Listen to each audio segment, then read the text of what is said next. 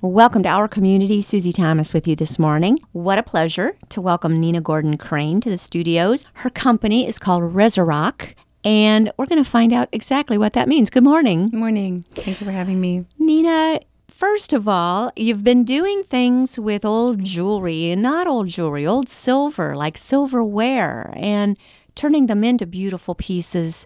How did this get started? Well, it got started with a career that I couldn't seem to get off the ground here to save my life for about 7 years when I moved back to Ohio. And I was led to a church, and I couldn't understand what everybody was so excited about. But eventually I did find someone who heard me how to hear God's voice. And he sent me in a couple of different directions in my life that I never would have imagined I'd even be capable of.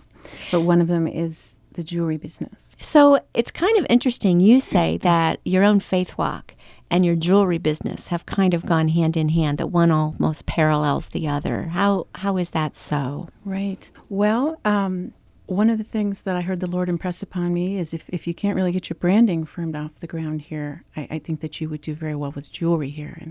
And I remember saying to him, I'm not a jewelry designer, so I'll get back to you about that. Meanwhile, I'm in the fetal position with my career, months later.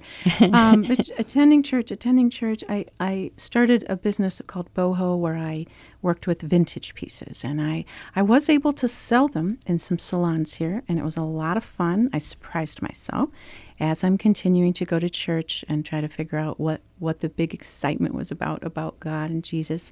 It reached a point where there were about 8 pieces left after 3.5 years. And they sat, and they sat, and they sat. And along that 3.5 years, I had sold some very special crosses.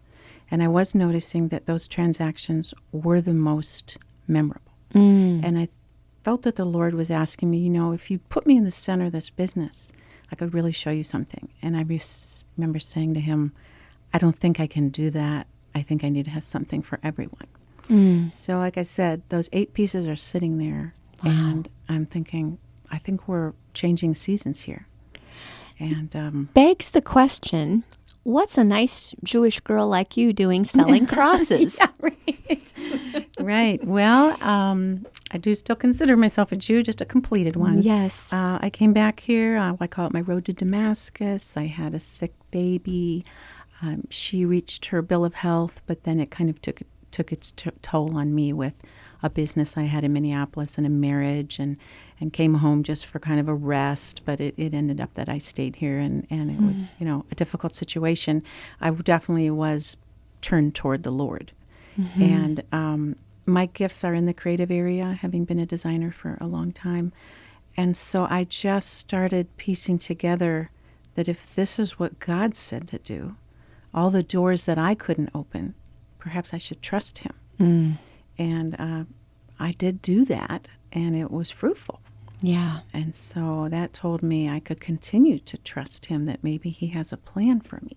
Maybe. And imagine that. That's so good. So you discovered what all the excitement was about as far as God and Jesus. And how did that happen, Nina? I'm loving to know how to share with someone, because it's the thing that means the very most to us.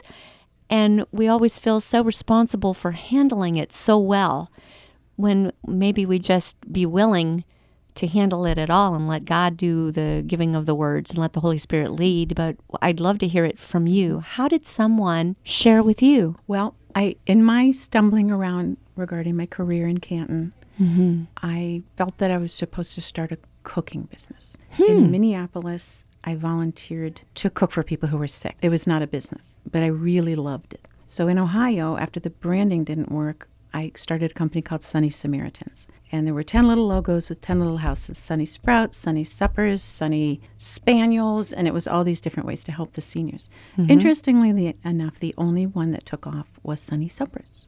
And I think I've learned that it's always an issue of the heart with God, and I think he remembered that I loved doing that in Minneapolis for no pay. Yes. And so that's the one that sprouted, and that was one of those moments like, wow, It's about the heart. So I did that for 4 years, helping keep seniors in their home with a custom meal preparation business. And that was super fun. It was a bit of a luxury. So when the economy took a turn, that season ended. Yeah. So interesting that you got into jewelry then. Yes. How did that take place? Take us from this dot to this dot. Helps connect those dots. Okay. Well, I truly was, floundering with the direction of my career. And God told me one day, Reverend Jim Roberts helped me hear his voice, a very learned man. And I'm passing on everything that he taught me. He passed away prematurely. He told me that I should meet a woman named Kathleen Houston. And I didn't know her, but she was a friend of my husband's. And I asked him why, and he said, well, you'll see. And I did end up meeting Kathleen, and it turns out she has an amazing ministry to help people. Yep. And she has a jewelry business, and she has a wonderful story behind all of that. And I saw all of her jewelry, and I was just salivating about how much fun that looked. Yes. But I was also feeling like I didn't have any skills to do it, but I was just salivating about it. So I told God, I'll make you a deal. I'll go to the craft store and get some stuff and some estate sales, and I'll give you 30 days. I don't want another door to slam in my face. So I really hope that this won't be another one. It's very difficult. So I said, I'll make 15 pieces in a month. And so it just ended up that it must have been the Holy Spirit, because I didn't have experience. But I am a designer. And I made more than that, and I was just kind of off to the races. How cool. In the salon. So you went to estate sales. Were you looking for jewelry specifically, or were you already starting to look for things like silverware? No, not even near the silver yet. Nope. It was just brooches and interesting beads and little old purses that open, and I would just combine them into things that were one of a kind. And so the women seem to appreciate them. It truly is one of a kind when someone takes something that you can't find another one of and then put them together. So with a hot glue gun, or how do you do this? How did you do it? I found jewelry glue, and I asked questions. And I actually went to see Kathleen, and she was so generous with me. She gave me a lot of her beads, and she taught me how to do a jump ring. And it was really, for me, though, after that, by hook or by crook, I just experimented. But I was really excited about it. Loved it. Well, at some point, you got into your grandmother's silver and started doing what? Right. So my youngest, Cecily, and I were at my mom's cleaning out some storage cabinets, and we found all the sterling heirlooms, tableware, platters, candy dishes, cake plates. She said, I'm not going to be using this anymore. And I said, wow, I love to cook and I love to entertain. And I said, well, Cecily, how about we pack them up and we'll dress up our table? So we brought them home, and I realized that they would all need to be maintained from a polishing standpoint. Yes, it is tough. And I'm going to confess, I just boil them in the foil with baking soda and salt. I know it's not good for them, but it keeps them shiny. Well, I wish I would have known that at the time. Maybe I wouldn't have cut them up. But just do that after use. Yeah. Well, they were sitting around the dining room. We had them appraised. And I decided, I don't think I'm going to use them on the table. I don't think I want all this work. So they were collecting dust. So my husband, who's really wise, and he's been very instrumental in my life, he said, why don't you take your jewelry business to a new level? And why don't you take the sterling and see what you can do with it? Wow. I was really wowed by that. That's a brilliant idea. So I went up to Akron U, and I got into a beginning metals class. And I was definitely the grandma, in the class. I had my little church in my corner for the girls with their boyfriend problems.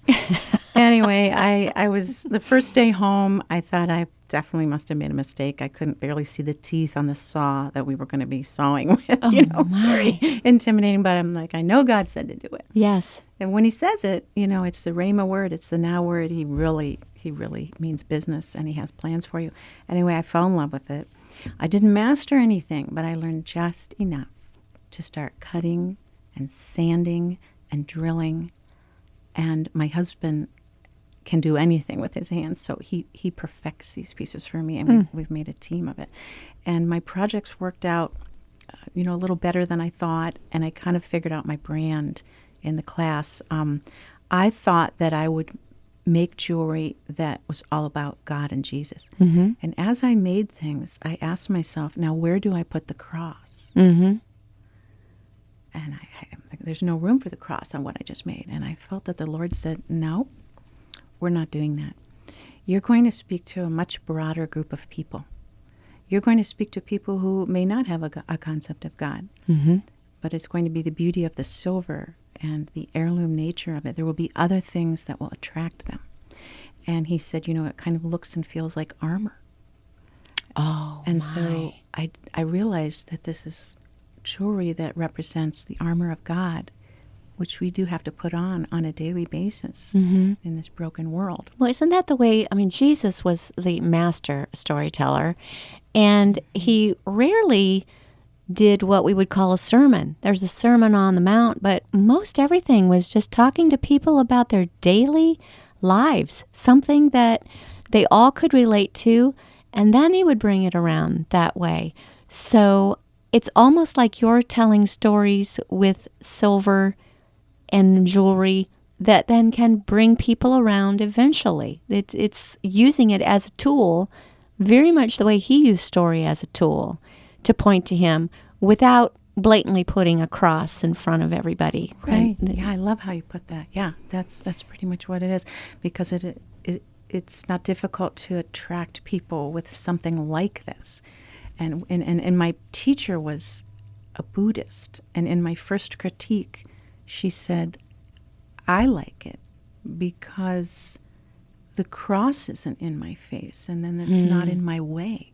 Mm. And I thought, wow, I think might be something here to pursue. Some kind of something that would woo them in with God's love for them.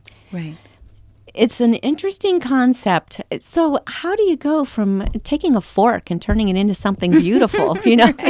Now I need to know. Right. Well, a lot of YouTube videos. Mm-hmm. My husband's a carpenter, so he has whisk snips. He's got every tool you can imagine, every level of sandpaper. Do you melt it down ever? Silver's rather soft, isn't it? It is. It's such a pleasure to work with. Mm-hmm.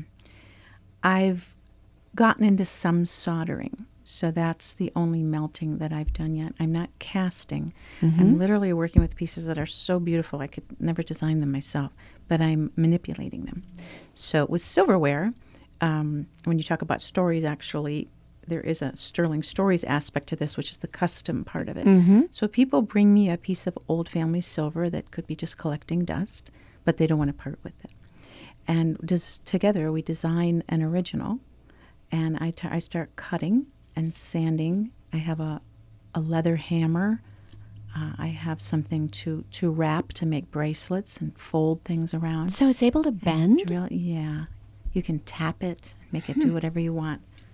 I know. I'm looking at I wish Coil. this were television, because you are showing me the most beautiful things. And that all came from what did that start out as? This was the handle on a bread plate. Oh, my goodness. Okay, well, let me just say it is a beautiful silver bracelet wrapped around her arm a couple of times. Like a coil. It's like a coil. Right. And started out as a handle. Right. Love it. Right. What would our grandmothers say? There's something about, if you've got a silver chest sitting there, gets used very infrequently, and you're not crazy about polishing it or boiling it in the foil and the baking soda and salt. How do we go to sleep at night knowing that we've taken our grandmother's very best silver and done something with it? How do we reconcile that? Well, I think the way we reconcile it is with sterling stories, people know that we're going to name the piece after that loved one. And then I tell them to give me a very special short story about the person. And then the Sterling Stories original comes with a handmade scroll with that story written on it. And so it is very much That sounds honoring lovely. the loved one. Totally lovely. All right, we are visiting with Nina Gordon Crane. Going to talk more about these Sterling Stories after these words. You're listening to Our Community.